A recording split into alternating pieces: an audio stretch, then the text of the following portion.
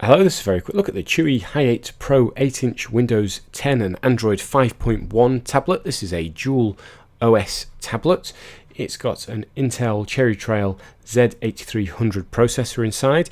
Note this takes USB Type-C and a cable is provided. This is the only one I have, so you might want to stock up on some spares if you don't have any. It's got this nice little trim around the side.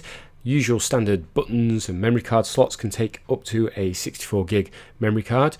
So on Android, as I say, it runs Android 5.1, runs it very well, and was very free of any kind of bloatware at all. I had to install an awful lot on here, including some of the what you would consider the basics on a lot of phones. You can see the screen's actually quite reflective, but that doesn't stop it from being a decent screen. It's fairly responsive, so if you want to do a bit of sketching, a bit of drawing, I'm no artist, but you can see I'm just using a basic painting app, and you can see that the screen responds fairly well. You could get a few sketches done, and the processor responds really well when it comes to gaming as well. It's a 1.44 gigahertz processor, 64-bit, and you can see Asphalt 8 runs very nice and smoothly, far smoother than on some phones and tablets.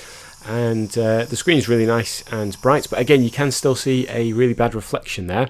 So this is Mon Combat 5, again also running very well, but again you can still see me in the screen. It's still got quite a big reflection. Where it lets you down a bit is the camera. As you'd expect on a budget tablet, the camera isn't particularly great. Colours I found to be fairly washed out, not fantastic. I would say though that the video quality is pretty good, even though the colours aren't great. It's very smooth, you can see it's getting a lot of detail in, and so if you need to do a quick bit of video and it's not important about it looking fantastic, this works pretty well. Now when you get bored of Android, you can boot to Windows. This actually resets the tablet to boot into Windows, and it takes a few minutes to do so, and when you first load it up you'll be presented with full Windows. I'd immediately recommend swapping this to tablet mode.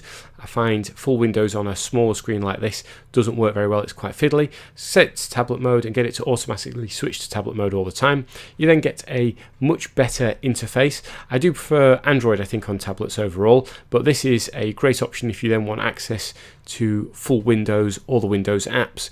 You know, you can still do all the browsing, still do all the media streaming, all that kind of stuff. You've got the choice though between Windows 10 and Android 5.1. So as far as dual tablets go, this is quite an interesting choice, certainly with the Type-C adapter. I think it looks pretty good, gives you decent performance when it comes to games.